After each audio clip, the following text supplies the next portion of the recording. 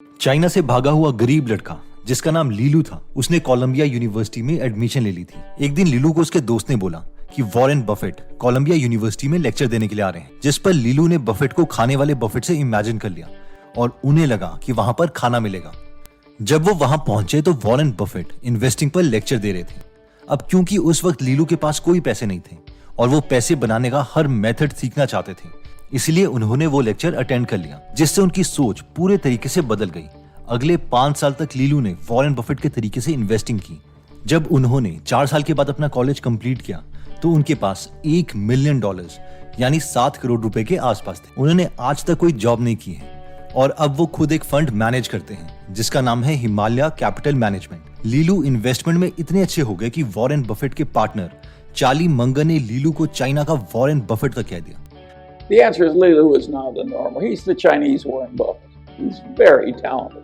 अब आप सोच रहे होंगे कि यार ये कैसे हो गया, एक गरीब चीनी लड़के को चार्ली मंगर ने वॉरेन बफेट कैसे कह दिया। तो ये इसलिए हो पाया क्योंकि लीलू ने टिम्बरलैंड जैसी कंपनीज के शेयर्स खरीद लिए थे जो बहुत ही सस्ते में मिल रही थी और जो कुछ सालों में 100 गुना तक हो गई। ऑब्वियसली अब आप सोच रहे होंगे कि ऐसी कंपनीज कैसे ढूंढें, तो लकीली लीलू ने कोलंबिया यूनिवर्सिटी में अपनी इन्वेस्टमेंट की एग्जैक्ट टेक्निक्स बताई जो आज हम हिंदी में बहुत सिंपल भाषा में समझेंगे। लीलू के लेक्चर का लिंक मैं डिस्क्रिप्शन में भी दे दूंगा। So let's start my dear brothers and sisters. देखें तो सही इस चीनी से हम क्या सीख सकते हैं। इमेजिन कीजिए कि आपने अभी अभी वॉरेन बफेट का लेक्चर सुना है। आप कन्विंस हो चुके हैं कि ये ठीक तरीका है पैसे कमाने का। वॉरेन बफेट ने अपने लेक्चर में आपको कहा था कि बस 4 बातें याद रखना इन्वेस्टिंग के लिए, और वो 4 बातें थी। 1, जब भी शेयर्स खरीदो तो हमेशा खुद को एज अ बिजनेस ओनर सोचो। वॉरेन बफेट आपको कहते हैं कि जब भी वो खुद किसी कंपनी के शेयर्स खरीदते हैं तो वो ये सोचते हैं कि वो उस कंपनी के मालिक बन रहे हैं, यानी पूरी कंपनी खरीद रहे हैं। बेशक फिर हम उस कंपनी का 0.0001% ही क्यों ना खरीदें, बट हम लीगली एक्चुअल में मालिक बन रहे हैं। वॉरेन बफेट ने आपसे कहा कि ऐसा सोचने का सबसे बड़ा फायदा ये है कि अगर बीच में शेयर का प्राइस कम या ज्यादा होता है तो भी हम शेयर्स नहीं बेचेंगे, बल्कि एज अ बिजनेस ओनर हम बिजनेस के बारे में सोचेंगे कि क्या बिजनेस फ्यूचर में अच्छा करेगा या नहीं। सेकंड कॉन्सेप्ट, वॉरेन बफेट आपको बताते हैं मार्जिन ऑफ सेफ्टी, जिसका मतलब है कि कंपनी के बारे में इंफॉर्मेशन लेके हम ये प्रेडिक्ट करते हैं कि फ्यूचर में कंपनी कैसा करेगी। अब क्योंकि हम भगवान तो है नहीं, इसलिए फ्यूचर की हमारी प्रेडिक्शन गलत हो सकती है। इससे बचने का एक उपाय है और वो है मार्जिन ऑफ सेफ्टी, यानी कंपनी की वैल्यू पता करो और उसे उसकी इंट्रिंसिक प्राइस से सस्ते में खरीद लो। अब ये सब लीलू ने एक्चुअल में किया कैसे था उसे हम आगे देखेंगे। वॉरेन बफेट आपको तीसरा कॉन्सेप्ट समझाते हैं जो खुद उन्होंने अपने गुरु बेंजामिन ग्राहम से सीखा, जो है मिस्टर मार्केट का। इसे वॉरेन बफेट सिंपल भाषा में आपको समझाते हैं कि मार्केट में जितने भी सारे लोग हैं जो शेयर्स खरीद या बेच रहे हैं, उन्हें आप एक इंसान समझ लो और उसे नाम दे दो मिस्टर मार्केट। अब ये जो मिस्टर मार्केट है यानी बाकी सारे लोग हैं, ये सारे रैशनल यानी समझदार नहीं हैं। कई बार ये बहुत ज्यादा डर जाते हैं और सारे शेयर्स बेच के शेयर का प्राइस सस्ता कर देते हैं। उस वक्त हमारे पास अपॉर्चुनिटी होती है कि हम ये डिस्काउंट में मिल रही कंपनीज को खरीद लें।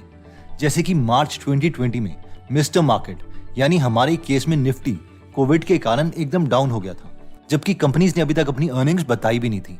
और इसी मिस्टर मार्केट के कॉन्सेप्ट को चाइना ने भी समझा था और कोविड के टाइम में चाइनीज सेंट्रल बैंक ने HDFC का 1% स्टेक खरीद लिया था। और इसका ऑपोजिट भी ट्रू है, यानी जिस वक्त पर मिस्टर मार्केट बहुत ही ऑप्टिमिस्टिक यानी आशावादी है, उस वक्त वो बहुत सारे शेयर्स खरीदेंगी, जिसकी वजह से शेयर का प्राइस बढ़ जाएगा। इस वक्त हम शेयर्स को बेच सकते हैं। अब फोर्थ मोस्ट इंपॉर्टेंट कॉन्सेप्ट आपको जो वॉरेन बफेट बताते हैं वो है सर्कल ऑफ कॉम्पिटेंस, यानी जैसे इंडिया में NSE के करीबन 75-100 कंपनीज लिस्टेड हैं, यानी इन कंपनीज के शेयर्स हम खरीद सकते हैं। अब खरीद सकते हैं इसका मतलब ये नहीं कि हमें एक्चुअल में खरीदने हैं। वॉरेन बफेट आपको कहते हैं कि सिर्फ वही कंपनीज में इन्वेस्ट करना जिनका बिजनेस आपको अच्छे तरीके से समझ आए। इन 75-100 कंपनीज में हमें पूरी जिंदगी सिर्फ 7 से 8 कंपनीज ऐसी ढूंढनी है जिन्हें हम अच्छे से समझते हों, जो फ्यूचर में अच्छा कर सके और जो सस्ते में मिल रही हो। वॉरेन बफेट को कभी भी टेक्नोलॉजी वाली कंपनीज पसंद नहीं आई, इसलिए वो ज्यादातर कोल्ड ड्रिंक की कंपनी कोका कोला या केचप की कंपनी क्राफ्ट हाइंस जैसी कंपनीज के शेयर्स खरीदते हैं, क्योंकि वॉरेन कहते हैं कि मुझे टेक कंपनी समझ नहीं आती। ये 4 पॉइंट्स लीलू ने भी वॉरेन बफेट से समझे और उन्होंने ऐसी ही कंपनीज ढूंढना शुरू किया, जिसमें पहली कंपनी थी टिम्बरलैंड, जो कि एक जूता बनाने वाली कंपनी थी। लीलू ने देखा कि इस वक्त पूरी कंपनी $300 मिलियन के करीब बिक रही है, जो कि पूरे साल में इसका सबसे कम प्राइस था। जब लीलू ने आगे कंपनी के बारे में देखा तो उसे पता चला कि टिम्बरलैंड कंपनी के पास 100 मिलियन का तो कैश ही पड़ा था और करीबन 100 मिलियन के फिक्स्ड एसेट्स थे, यानी बिल्डिंग्स एक्सेट्रा। उस साल टिम्बरलैंड ने 800 मिलियन के करीब की टोटल सेल्स की थी, जिसमें से 100 मिलियन उसका प्री टैक्स प्रॉफिट था। लीलू बोलते हैं कि अगर आप 300 मिलियन में पूरी कंपनी खरीद लेते हो तो उसमें आपको 100 मिलियन कैश मिल रहा होगा और 100 मिलियन की बिल्डिंग्स मिल रही होगी, जिसकी एक्चुअल वैल्यू तो और ज्यादा होगी, और साथ में कंपनी प्रॉफिटेबल भी है।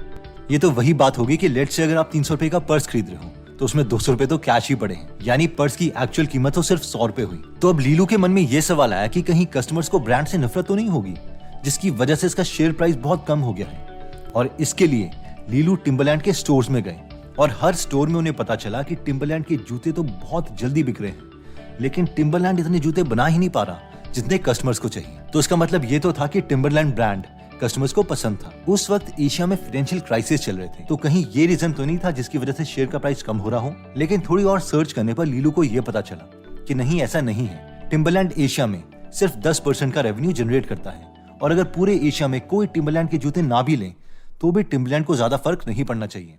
तो अब सवाल ये था कि टिम्बरलैंड का प्राइस कम क्यों हुआ है? ऐसी क्या चीज है जो लीलू को नहीं पता लेकिन बाकी इन्वेस्टर्स को पता है, जिसकी वजह से इसका शेयर प्राइस कम हो रहा है?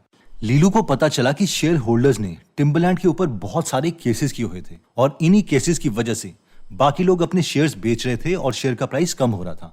लीलू ने वो सारे केस एक एक करके पढ़े। जब वो केसेस लीलू ने पढ़े तो उसे पता चला कि एक्चुअली ये एक फैमिली ओन्ड बिजनेस था, जिसमें एक ही फैमिली के पास 40% शेयर थे, लेकिन 98% वोटिंग राइट्स थे। 98% वोटिंग राइट्स का मतलब है कि बिजनेस कैसे चलाना है उसमें हर मैनेजमेंट डिसीजन इन्हीं का होगा, बेशक शेयर्स इनके पास 40% ही हो, जिसकी वजह से टिम्बरलैंड की मैनेजमेंट अपने फ्यूचर के अर्निंग प्लान्स शेयर होल्डर को एनुअल रिपोर्ट्स में नहीं बता रही थी, और इसी कारण शेयर होल्डर्स ने उन पर केस किया था।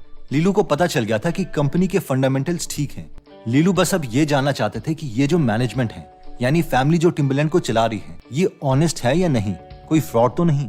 तो जब लीलू ने सर्च किया तो उन्हें पता चला कि जो इस फैमिली का एक मेंबर है वो एक एनजीओ में भी काम करता है, जिसमें लीलू का एक फ्रेंड भी था। तो लीलू ने वो एनजीओ ज्वाइन कर ली और उसके फैमिली मेंबर से मिले, ये देखने के लिए कि वो फैमिली ऑनेस्ट है या नहीं। तो लीलू को पता चल गया था कि ये फैमिली बहुत ऑनेस्ट और इंटीग्रिटी वाली है। ये सब चीजें कंफर्म करने के बाद लीलू ने इस बिजनेस में बहुत से पैसे इन्वेस्ट कर दिए। अब क्योंकि बिजनेस अच्छा था और प्रॉफिटेबल था, तो 2 सालों में इसका शेयर प्राइस बढ़कर 7 गुना हो गया। अगर एफडी के हिसाब से हम 6% रेट भी लें, तो भी अगर हम बैंक में ये पैसे रखते हैं तो हमें 30 साल लग जाते हैं अपने पैसे 7 गुना करने में, लेकिन लीलू ने ये 2 साल में कर दिया। अब आप बोलोगे यार अब नहीं मिलती ऐसी अपॉर्चुनिटीज, या इंडिया में ऐसी कोई अपॉर्चुनिटी नहीं मिलती। पहली बात तो हमें थ्रू आउट वर्ल्ड देखना होगा, लेकिन अगर हम इंडिया की बात भी करें तो कुछ same scenario Mastek limited company के साथ रिसेंटली हुआ था। मास्टेक एक क्लाउड एप्लीकेशन कंपनी है जो ज्यादातर यूके के गवर्नमेंट के लिए क्लाउड सर्विसेज एप्लीकेशन बनाती है। एनीवेज, अब हुआ ये था कि मास्टेक के पास मार्च और अप्रैल के बीच में ये पूरी कंपनी 700-800 करोड़ रुपए में मिल रही थी। मास्टेक के पास 500-600 करोड़ का तो कैश ही था। इसका मतलब तो ये हुआ कि कंपनी हमें सिर्फ 700 - 500 करोड़ यानी 200 करोड़ रुपए में मिल रही है, जबकि कंपनी पूरी स्टेबल थी और हाई ग्रोथ थी। तो ऑब्वियसली इंटेलिजेंट इन्वेस्टर्स ने ये अपॉर्चुनिटी पहचान ली और ग्रैब कर ली। और अगर हम इसका शेयर प्राइस देखें तो 27 मार्च 2020 को ये 172 रुपए का था और अभी 3012 रुपए का है, यानी 17.5 गुना हो चुका है। लीलू का तो सिर्फ 7 गुना था। तो आप में से क्यूरियस लोग जो सोच रहे होंगे कि क्या मैंने इस अपॉर्चुनिटी को ग्रैब किया, तो नहीं, मैं तो आप लोगों के लिए वीडियोस ही बनाता रह गया। जोक्स अपार्ट, मुझे भी लेट ही पता चला।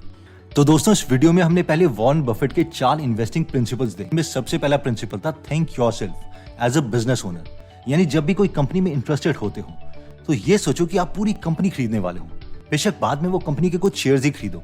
इससे होता यह है कि अगर शेयर का प्राइस कम या ज्यादा होता है तो उससे हम ज्यादा अफेक्ट नहीं होते। नेक्स्ट प्रिंसिपल था मार्जिन ऑफ सेफ्टी, यानी कंपनी की इंट्रिंसिक वैल्यू निकालो और उसे तब खरीदो जब उसका शेयर प्राइस कम हो जाए। जैसे कि लीलू ने देखा था कि 300 मिलियन कंपनी में 200 मिलियन का कैश और फिक्स्ड एसेट ही है, तो इसका मतलब है कि कंपनी सिर्फ 100 मिलियन में ही मिल रही है, और वो भी प्रॉफिटेबल कंपनी जिसका साल का प्रॉफिट ही 100 मिलियन के आसपास था। नेक्स्ट प्रिंसिपल था मिस्टर मार्केट, यानी लोग शेयर के प्राइस अपनी इमोशन से कम और ज्यादा करते रहते हैं। तो इन प्राइस फ्लक्चुएशन से हमें इमोशनल नहीं होना है, बल्कि हमें तो इसे अपॉर्चुनिटी मानना है कि लोग पैनिक करें जिससे शेयर प्राइस कम हो और उस वक्त हम अच्छी कंपनियां डिस्काउंट में खरीद लें। नेक्स्ट प्रिंसिपल था सर्कल ऑफ कॉम्पिटेंस, यानी हर बिजनेस हमें समझ नहीं आएगा, ना ही वॉरेन बफेट को आता है, लेकिन जितनी भी लिस्टेड कंपनीज हैं पूरी दुनिया में, उनमें हमें उन्हीं के शेयर्स खरीदने हैं जिन बिजनेसेस को हम 100% समझते हैं। दोस्तों, अगर आप इन्वेस्टमेंट, बिजनेस या सेल्फ इंप्रूवमेंट से रिलेटेड और बुक समरीज पढ़ना या सुनना चाहते हैं तो आप गीगल एप्लीकेशन डाउनलोड कर सकते हैं,